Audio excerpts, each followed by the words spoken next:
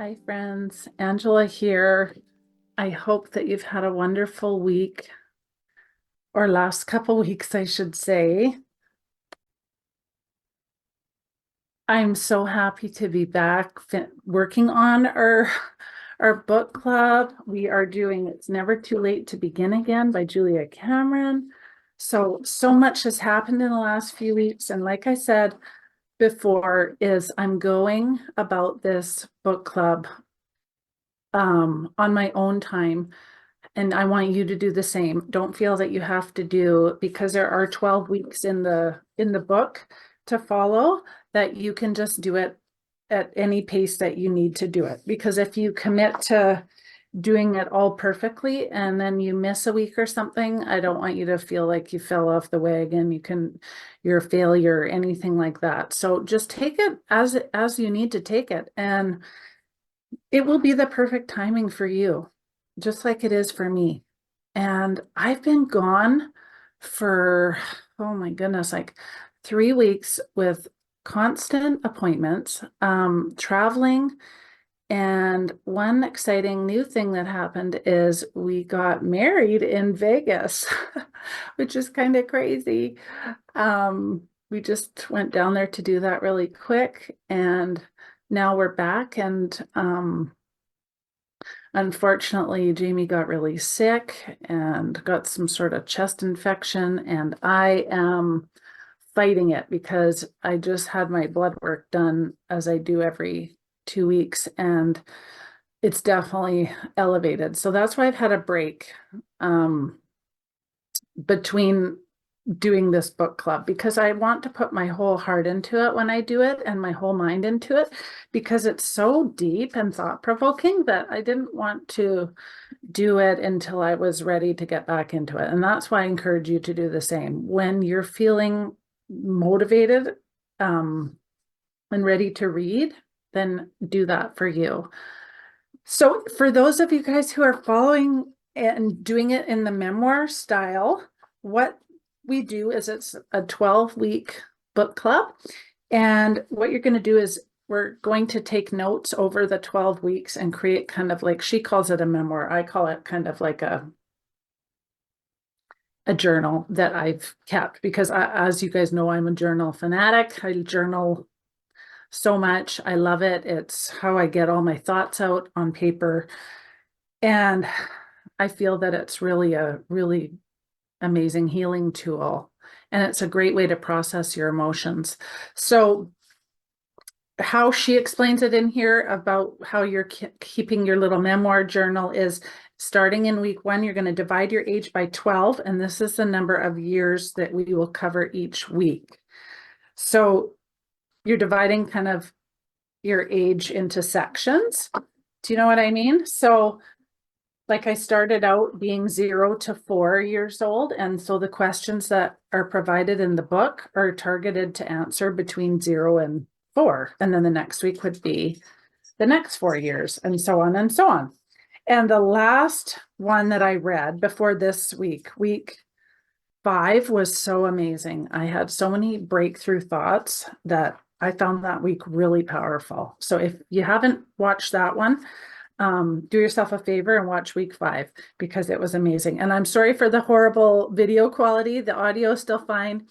But I did it at night in the evening, and it was the horrible time of day, and the lighting was really bad. And I had clicked a setting on my Zoom recording that said to touch up my face, because I thought it would bring more light, and it made it all pixelated. But anyway, I won't do that again. So here we are, week 6, reigniting a sense of humility. There we go. And I have highlighted all sorts of goodness. And I know some of you guys will be like, oh, you highlighted your book. Oh yeah, I take my books and I highlight, I underline, I take notes. I do like full on in my books. And that's why I love paper books so much. I have a hard time using digital reading. I like audiobooks, but I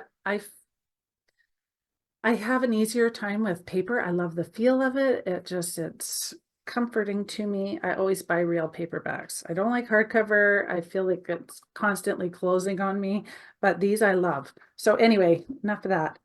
Week 6. So here I go. I'm going to read you some of the important stuff.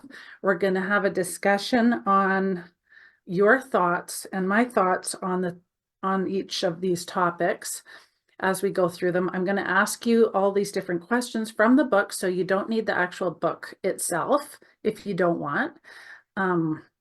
You can just answer the questions in your journal, and I'll give you all that info in case you don't want to buy the book. But if you are following along, you have all the info, you can dive really deep into this and go from there. So the topics that we're going to talk about today are reigniting a sense of humility. So of course, we're going to talk about humility, and then we're going to talk about the defensive ego, which is really super interesting when I read about that all the time. And then we're going to talk about asking for help. And then we're going to do our check-in. So if you've read any other Julia Cameron books, you know that she wrote The Artist's Way, which is like she calls it a program, same kind of style, done in weeks like this. And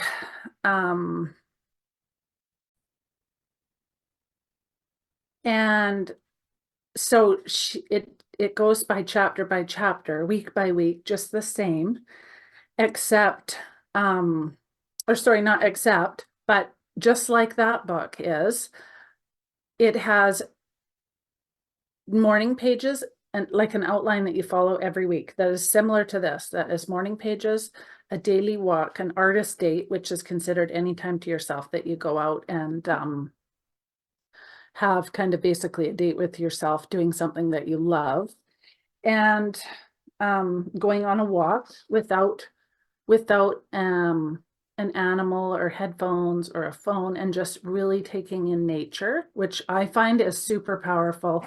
That one there is, I've been doing pretty much every single day. I don't miss any days of walking, even if it's really short and not 20 minutes like she suggests. Sometimes I go for an hour, sometimes they're more than that, sometimes they're 5-10 minutes, but as long as I have been doing that. What was the other thing? Oh, and then following along with this week. So morning pages are her way of getting it all, I call it like brain dumping. So we're like dumping all the thoughts in our brain out onto paper. So basically you're writing 3 longhand sheets of paper every day, and you're just letting your thoughts run out of you. It could be point form, it could be a bullet list, it could be groceries you need, it could be anything that you want. And that I have missed a few days, but I'm getting caught up. So I'm not perfect, and that's why I'm doing this when I can. Plus, if you guys know what I've been through the last 2 years, then you would understand my need for prioritizing. So one exciting thing that I want to tell you is when we were down in Vancouver, we met up with the film crew. And if you've been following my YouTube channel for a while, you know that I have a playlist called AL Amyloidosis and the Heart Transplant playlist. And that we were being filmed in the hospital as part of a documentary. So we got to preview the documentary, and oh my goodness, that I was like an emotional wreck. So that was a little bit crazy. The film crew and us met because they wouldn't give us any kind of link, because it needs to be, the producer has all the rights right now. And so we had to watch it with her, which was fine, but it was so emotional. And then she showed me 45 minutes of extra footage of like the actual transplant, where my heart was actually out of me for 20 to 30 minutes, which I didn't even know that that was a thing. So that was crazy. So not only have I got to see my heart and hold it, the one that I donated to science, But I got to see the one that was going in me, and that's what I can't get out of my mind. I lay in bed and I think about that. I can't believe it. And the only other thing is that I still don't know who the donor is. I'm going to write another letter, I think, to try and find out, but I may never hear. I don't know. Anyways, just wanted to catch you up on that. So I will let you know when the actual documentary comes out. It's going to be on the Knowledge Network, because I'm in Canada here. And what else? The Knowledge Network. Oh, in November. That's what it was. So anyway, back to our book. There's the updates.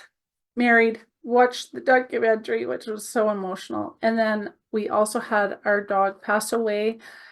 So I had to take a break. I actually had a video ready to go and I couldn't deal with it at all before we left for this stuff. One of our dogs got kicked in the head by a horse, and anyway, it was just awful. So I needed a real break from that. I'm still really struggling with that. And so I'm just working through those emotions. And I think it's going to be with me for a really long time because it's been really, really hard. It actually felt, it's so much like they're children to us. So it's been brutal.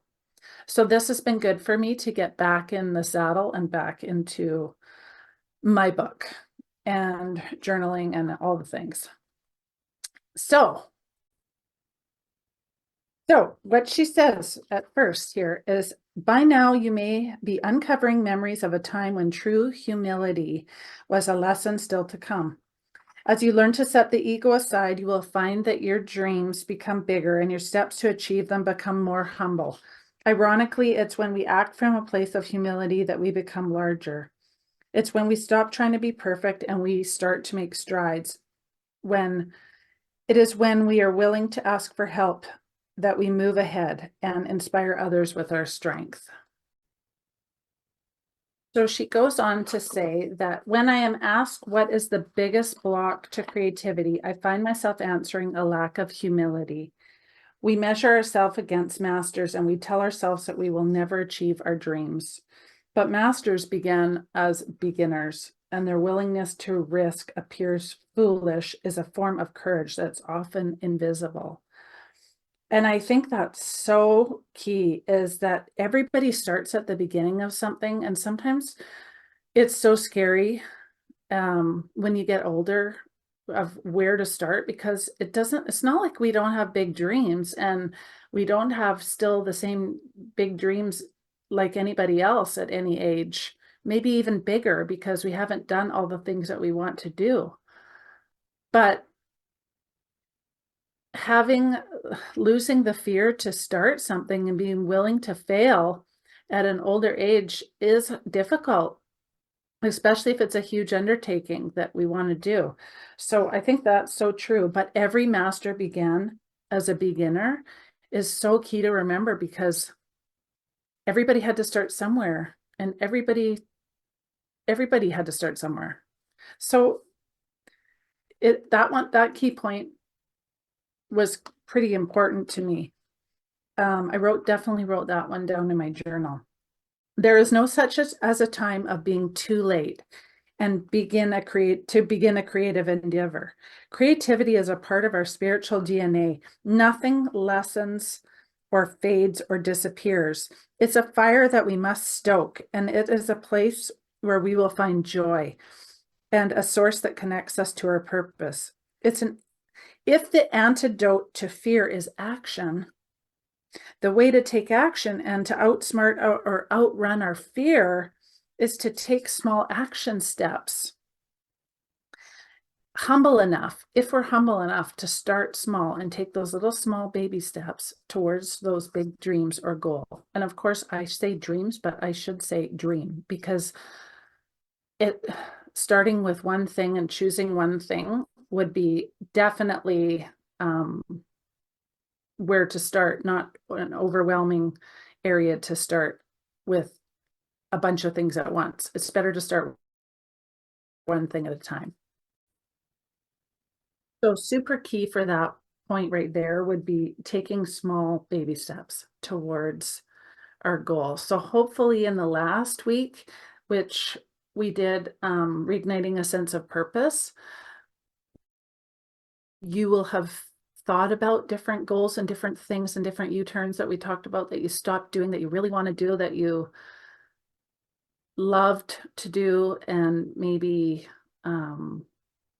thought about different things that you want to start, or something that you've always dreamed of that you have never done before.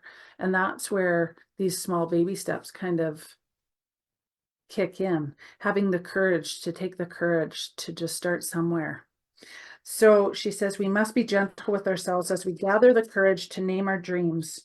Our creativity does not diminish with age. Our creativity lives as long as we do. And I totally believe that, because I have more dreams and ideas the older I get than I ever did when I was young. I would say much, much longer.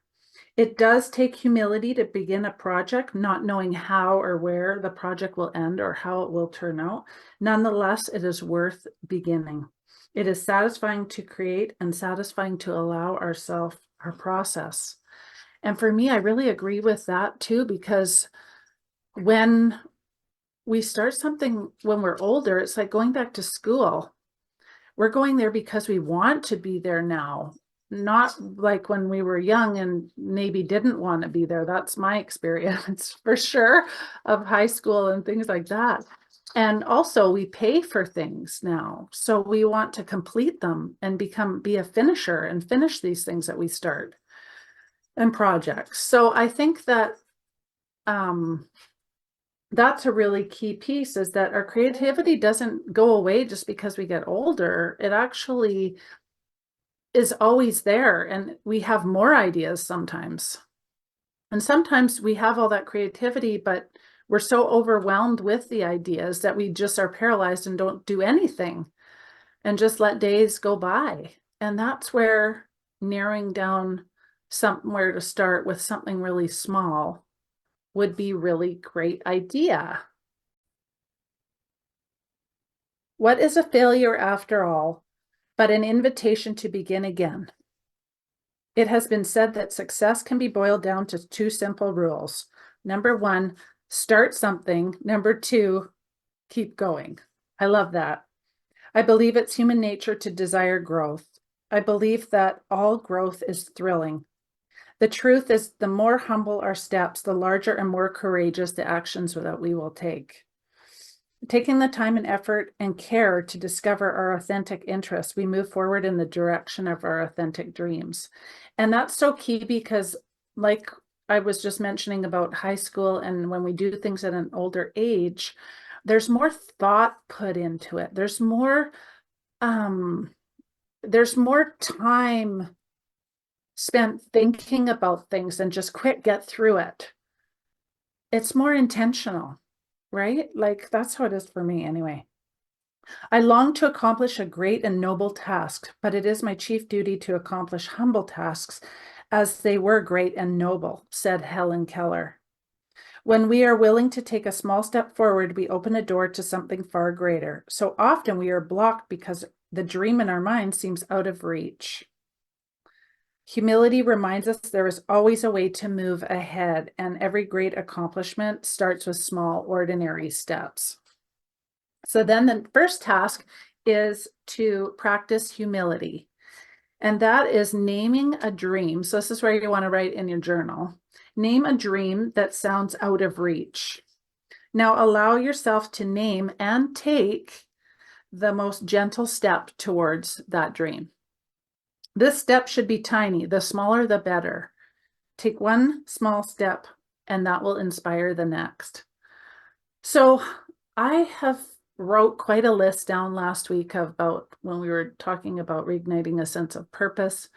And I have quite a list of probably 25 things in my journal right now that I want to do.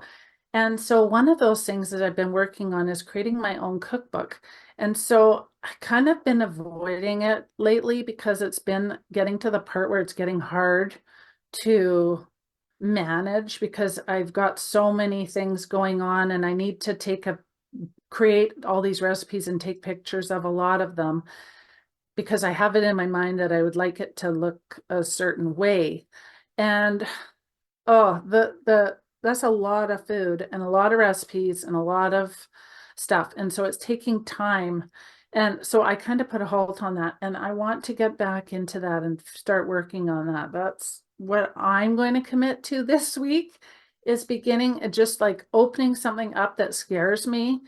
Um, I feel like that a lot sometimes too, because when I go away, um, and I come back, I sometimes it sounds so silly. I'm actually like scared to open my computer. I don't know where I left off. Sometimes I have like this brain fog of what was I even working on? And I don't even know where to begin, so I don't do it. And I don't know why I do that because as soon as I get back on track, I just love what I'm working on. So the cookbook has kind of been like that. I got to open it up and um just take some baby steps to continue going. So that's what I'm going to work on. What are you going to work on? Let me know in the comments. I'd love to hear about a dream that you have. I'd love to know what they are. Even if you have a whole bunch, write them down, list them down, tell me, share them together, and tell me what your first baby step with starting that is. That would be great. So I think I'm going to read that one after. Now we're going to talk about the ego. The ego doesn't want us to be a humble beginner. The ego wants us to be an expert. This demand often freezes us and keeps us from pursuing new interests. Our ego demands that we be perfect, admonishing us when we suggest our practice attempts are worth something too. The ego is very narrow gauge track. It insists that we be flawless, and doesn't it? Flawless and faultless, achieving an icy perfection with no thought for how goals and dreams are actually achieved. That is so true. How often do we stop doing something if it's not perfect?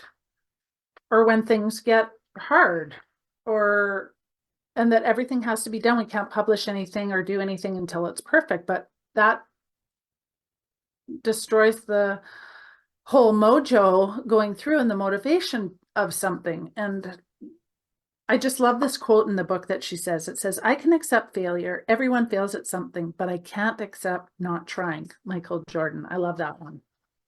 I highlighted it because I thought it sounded so powerful.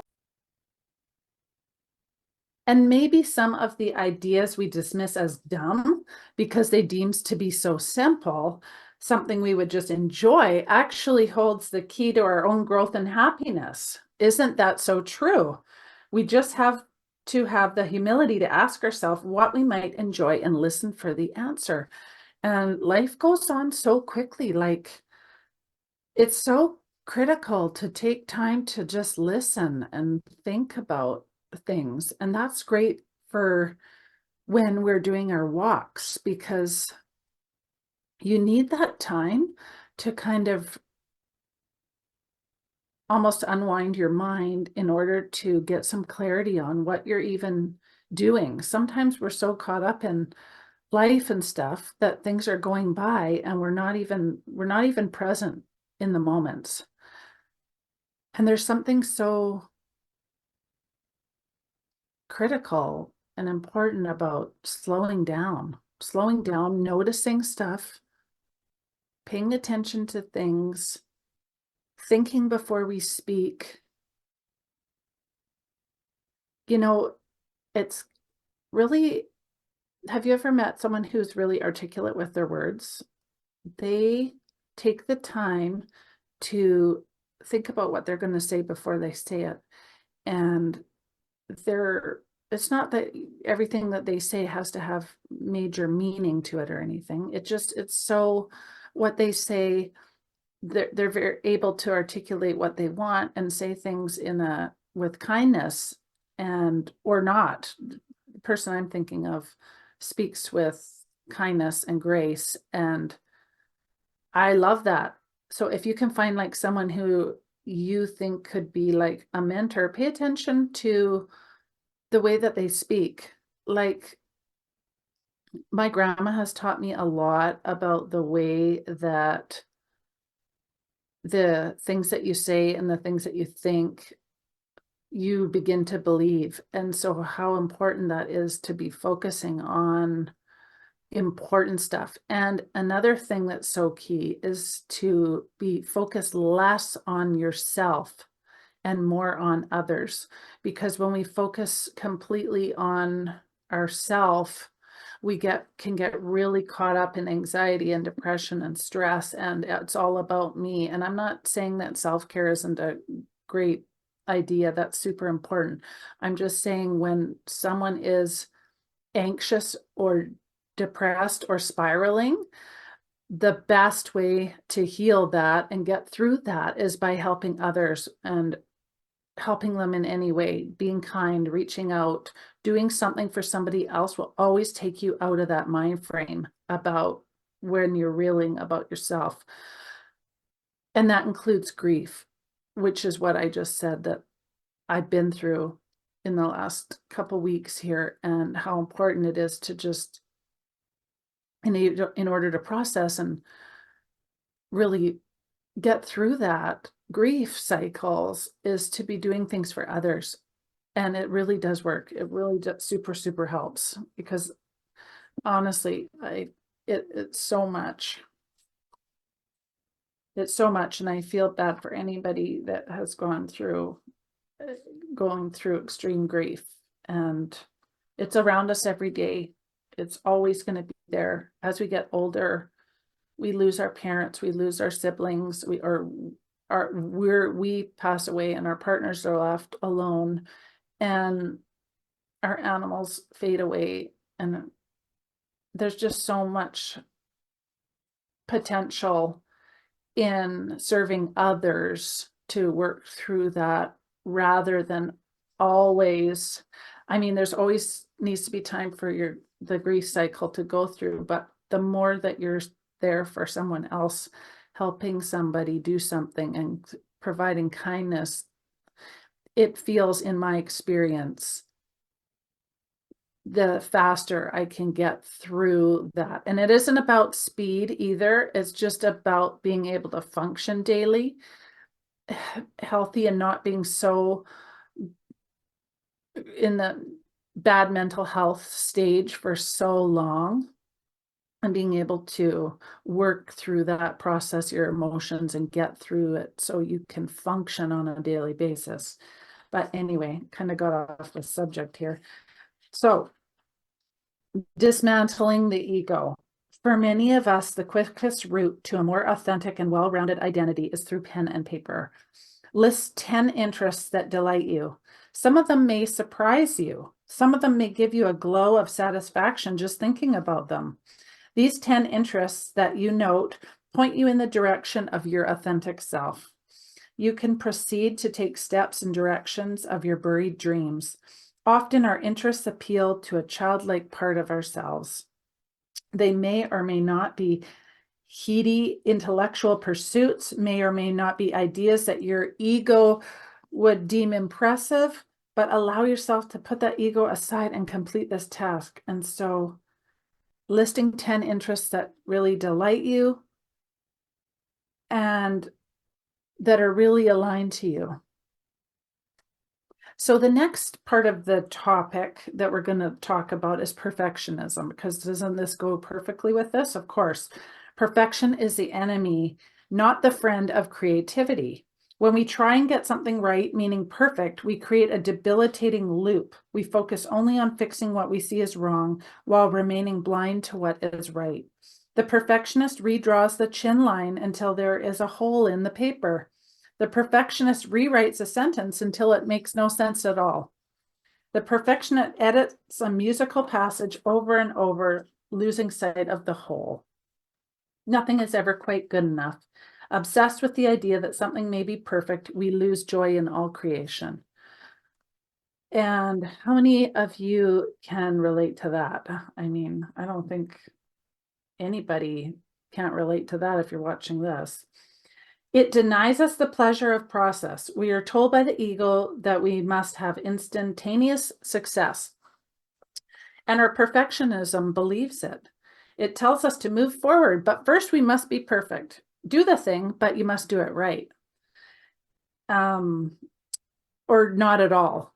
And that I have found so many times I have stopped doing things so many times because it wasn't perfect.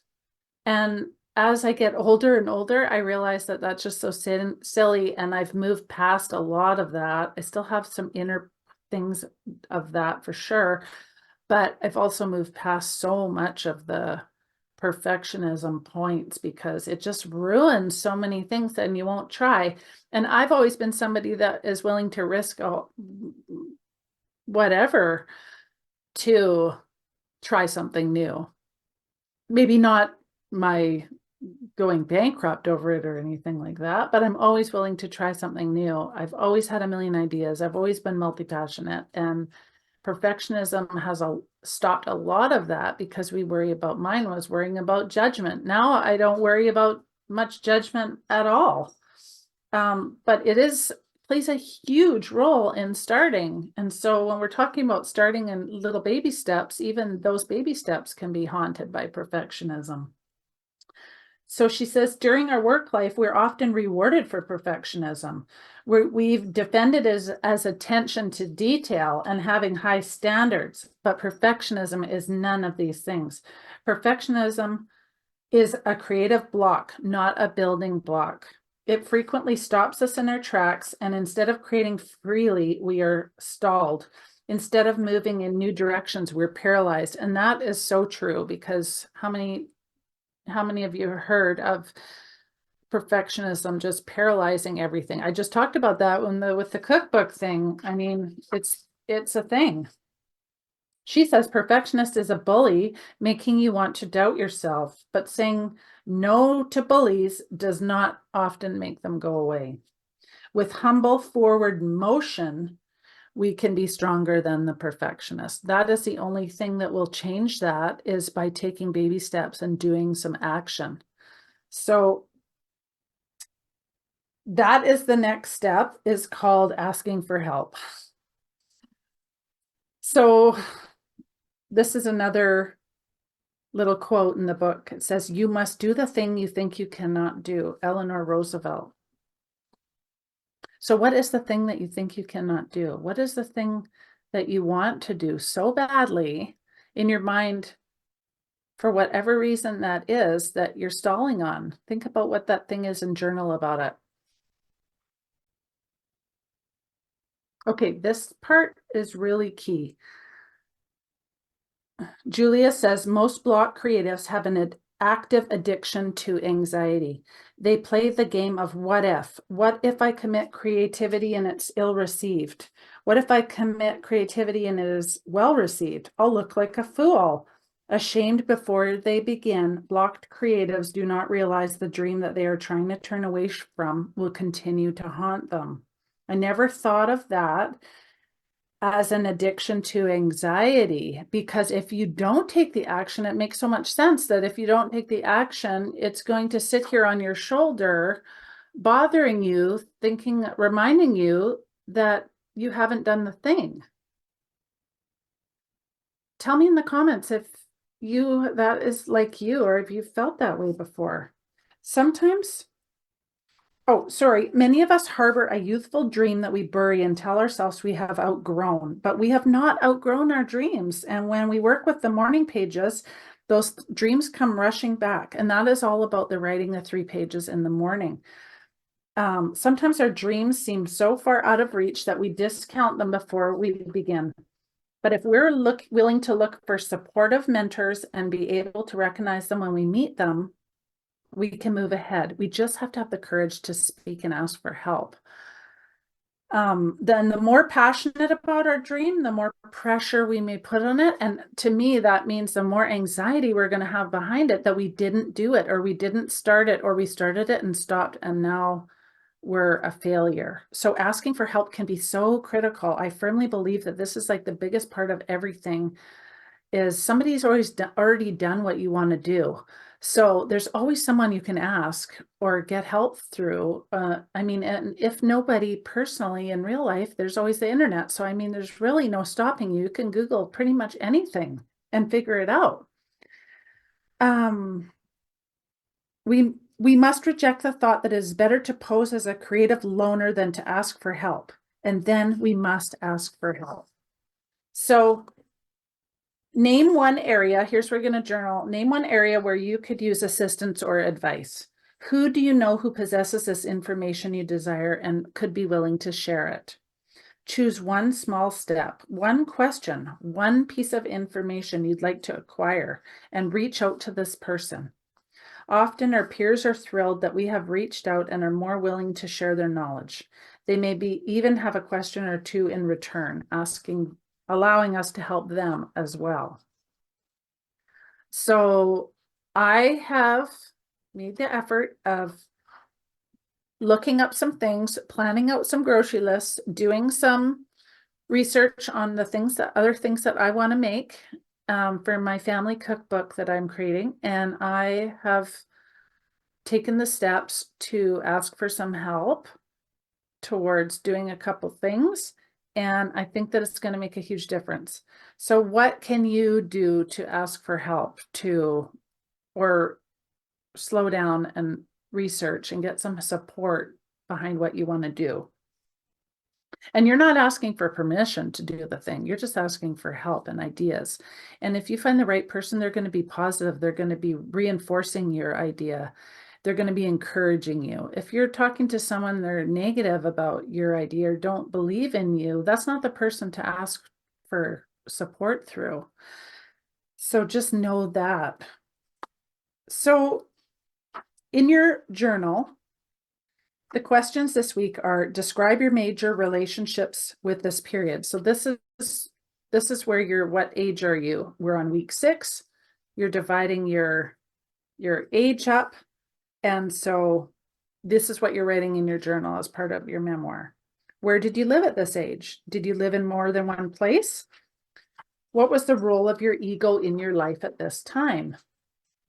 Describe one sound that brings you back to this period.